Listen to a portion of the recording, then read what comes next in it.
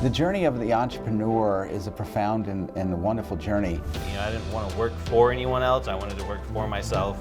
Hi, I'm Mike Caslin, your host for Veterans Playbook. I'm hearing a lot of assets from your military experience. I initially started Battlefish to help other veterans, to help other people. It's battle fishing good.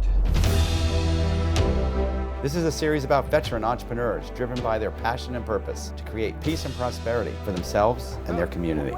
We just grew 20% in the last probably 3 months. You've been heroes, national security heroes. I've been mortared, I've been shot at. Now it's time for you to become economic heroes.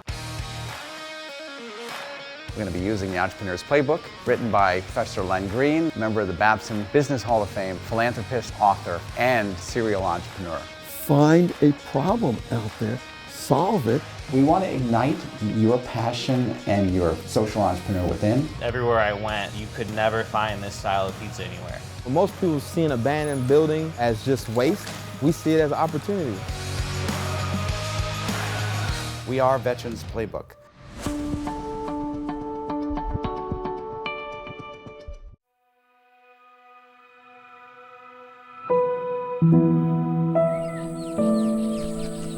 So we're going to start our day today at Moose Pond.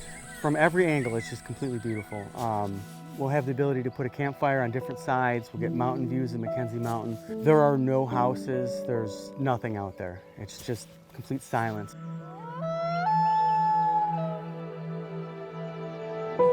And then we're going to go hit the Saranac River. We're going to look for brown trout, brook trout, maybe some rainbow trout. I want to catch dozens of little brook trout that are 10 inches, but they have blue halos around little red dots. They're absolutely beautiful fish.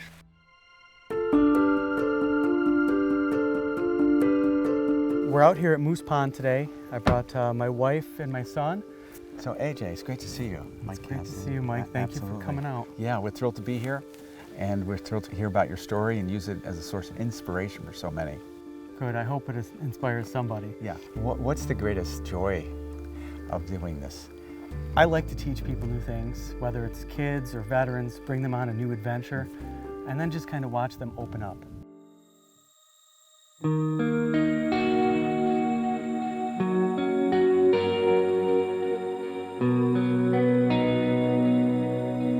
I guess we could spin. Let's They're all go. pedal drives, so let's spin them. Let's go spin it. All right. We could say, let's get jiggy with it. Moose Pond's very hidden, and one of the reasons they call it Moose Pond is because if you look at it from above, it's shaped like a giant moose antler.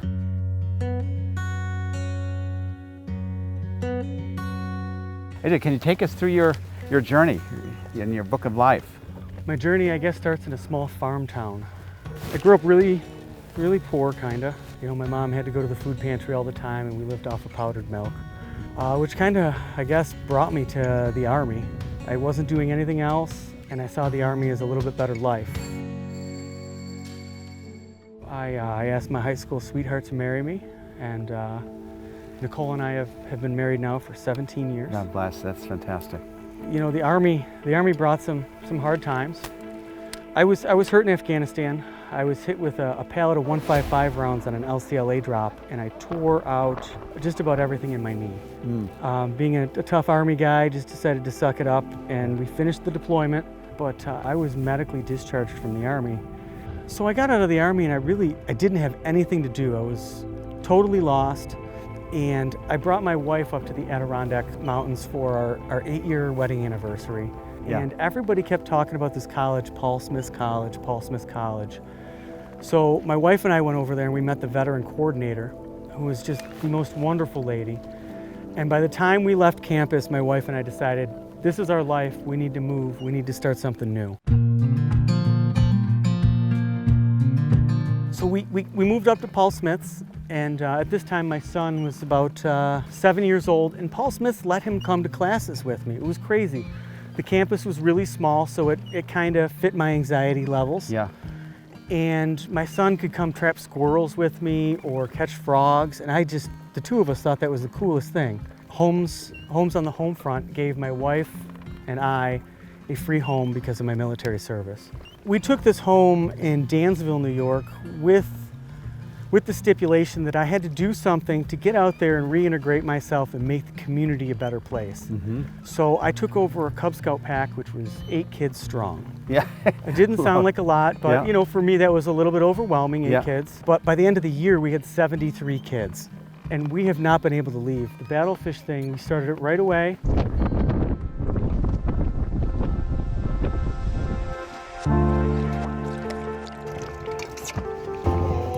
Look at that. Oh, beauty. Fishing helped him so much and overcome so much that he was struggling with, both mentally and all of his physical challenges. Hey Pete, how's the fishing? It's battle fishing good. It's a veteran thing. Once a brother, always a brother. So you're always there for that person. So that's just what we do. Then last year, out of nowhere, he was moving some kayaks and he said his shoulder hurt. I was like, okay, so we went home, laid down. Later that night, he had a pretty bad headache, went to go up the stairs and collapsed at the top of the stairs.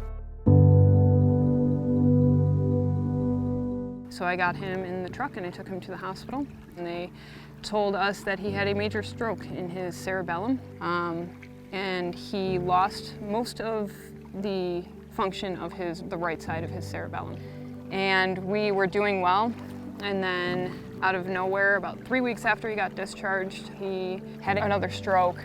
The hardest thing to do, I guess, from that standpoint was I wouldn't let my kids in the hospital. I didn't want to talk to them. I didn't want them to see me that I couldn't walk, I couldn't talk, I couldn't make regular functions. I couldn't pick up a blueberry off my plate and eat it without missing it or missing my mouth. And for me, that was the hardest thing to overcome. And maybe one of the happiest moments of my life, I think, was the second time I was in the hospital, and I finally said, let's let the kids up. And they weren't so concerned with me not being able to function well. They had more questions about what this machine was and what that did, and I was really happy to come home and go. Even if it was bed rest for a while, I was really happy to just be home, and so thankful for everybody in my life, whether it's my family and my kids. It's our favorite son. This is our son, Andrew. It's our only son. Hello. But he gets favorite. He also has helped a ton. You know, he was scared too. He wasn't sure that his dad was going to be okay, and he stepped up and helped. He was helping me move boats early in the morning. He was helping me do anything that needed to be done, and I couldn't be more grateful for his help. One time I was in the hospital bed, I woke up, and my wife was beside me every waking moment, but then there's Pete. Like, it's not something that I expected, you know, and it didn't just stop there at the hospital room. When I wanted to get back on the water, I didn't think I could do it. And you were the one always telling me, don't give up, you know, we're gonna get through this. And you went as far as getting your guide's license to help me keep this thing going. You've been a big part of everything, you know? For life, huh? That's why we made all those cool YouTube videos. Yeah. We should come up with a name for ourselves, like the Dynamic Duo or the Battlefish Brothers or something. At this time last year, if you would have asked us if we would be here, if he would even be back out on the boat, I would have said probably not. Like, we didn't think it was going to happen. We did our best. Pete stepped up and we hired another guide, and I did my best to keep the business going last summer. And he worked really hard with physical therapy, and he's gotten back to the point where he is now, and he'll never have that function back, but his brain kind of learned to compensate. You know, we do what we need to do to keep everything going. It's been a long road, so I'm just so happy that he gets to do this again.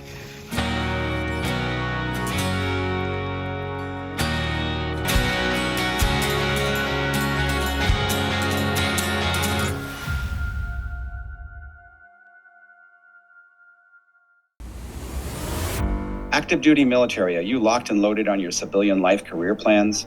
Military spouses, have you found a career that travels with you? Veterans, are you on a path of passion and purpose? The secret to your career success and happiness is all about fit. Learn how to customize your career to your powerfully unique talent, passion, purpose, and values. Control your own destiny by launching your own business. Order these books now on Amazon or visit veteransplaybook.com. Many entrepreneurs learn things the hard way. Increase your chances for business success. Len Green has over 40 years of experience advising thousands of winning entrepreneurs. He shares their inside secrets and proven strategies so you can learn it all before you launch your business. Based on his popular course at Babson College, the book reveals 18 down-to-earth principles and proven business tactics. Read the book and get online feedback from Len. Order today on Amazon or visit veteransplaybook.com. I initially started Battlefish to help other veterans, to help other people. I found that out here, it gave me a sense of purpose to teach people. It teaches me patience, because obviously we haven't caught any fish yet. I guess the last part of it is perception, and it's all on how you look at your life. Right. Any door that closes could open another door, and you have to really look at it like that.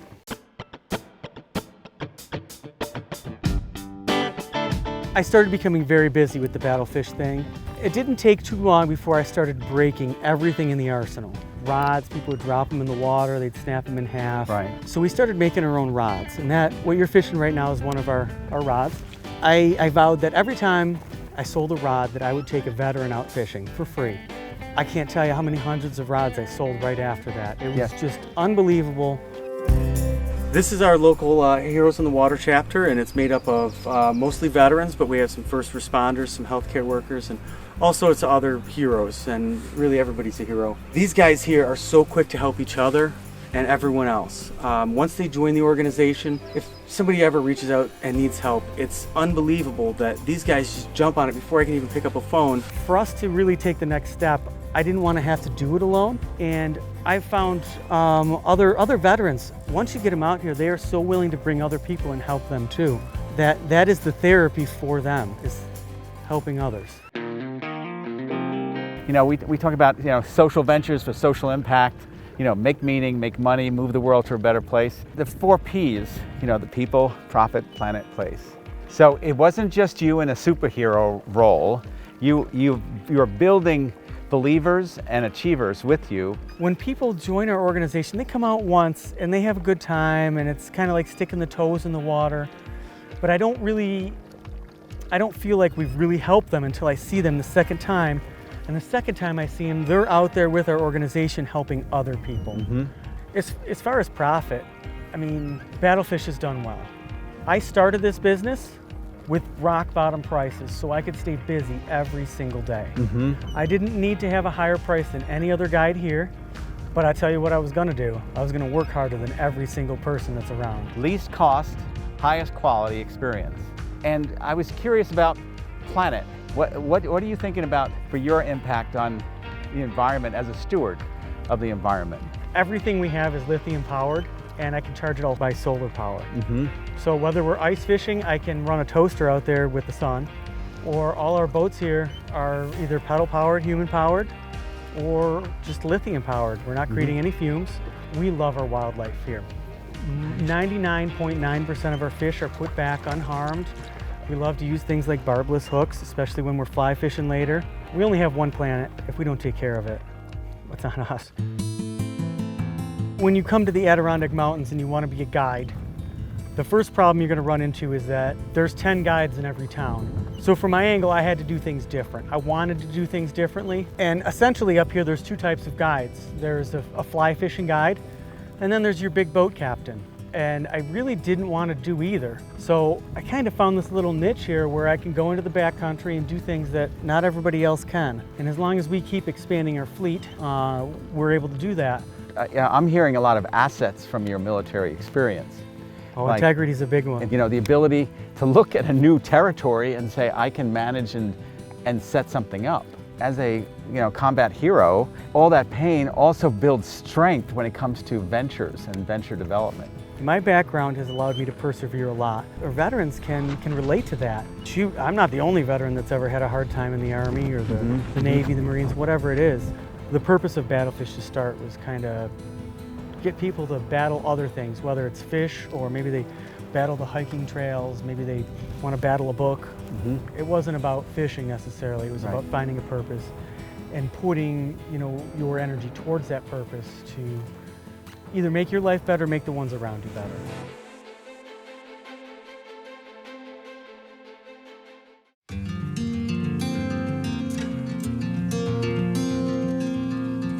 We're going to try some fly fishing today.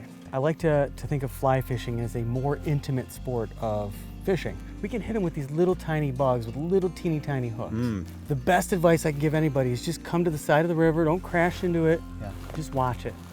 You can see all the bugs floating around, and that's when you're gonna see the fish jumping up and just taking them right out of the water. All you want to do is let the creek or the water take it, then you're just gonna roll it back this way. Okay. And you let it do it again. I like to think that a lot of our trout hang right up along the bank, so if you just crash into it, you're gonna scare them out.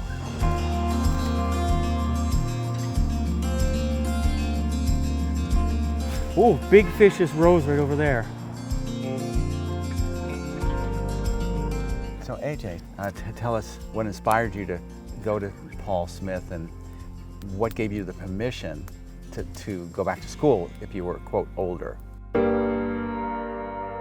Well, I guess the story of Paul Smith himself is really inspirational in its own right, and that could make anybody want to guide the backcountry. Apollo Smith was a boatman, a boat hand, and he used to help people ferry across Lake Champlain. I think it was the early 1820s. He ended up making his way up here, and he started taking people out on guided fishing trips, guided hunting trips, and he built himself his own rapport to where some pretty important people like Theodore Roosevelt wanted to visit him. And Paul Smith ended up becoming very good friends with Theodore Roosevelt. And it's because of Paul Smith and Theodore Roosevelt that we have so many national parks saved today in our country, as well as why the Adirondack Park is essentially forever wild.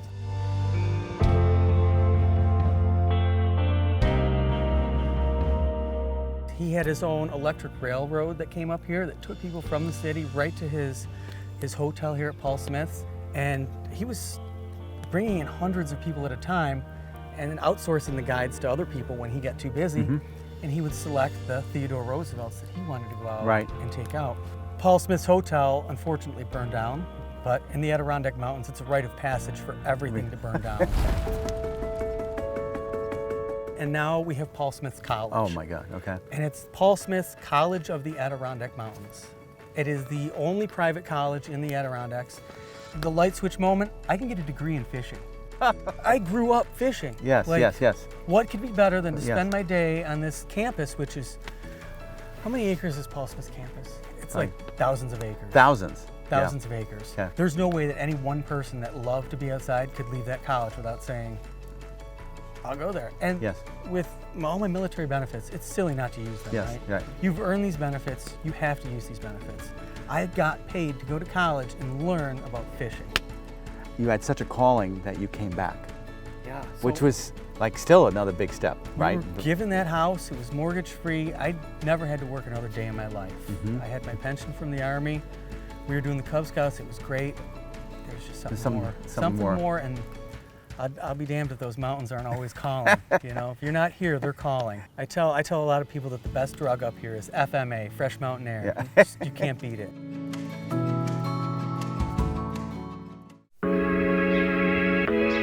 Welcome to Heroes Cafe, where our national security heroes are quickly becoming our economic security heroes, helping to achieve more peace and prosperity across America.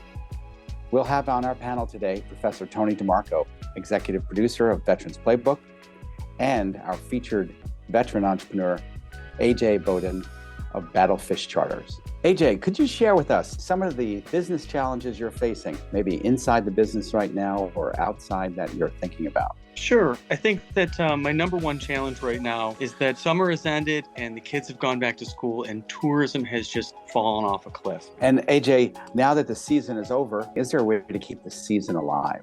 The fishing is even better right now. The water temperatures are dropping. The bait fish are schooling up. Other fish are schooling up to eat the bait fish. This is the time to go after those big fish. AJ, could you talk to a little bit about your thoughts for growth and building your company? Well, I would definitely like to start expanding my footprint.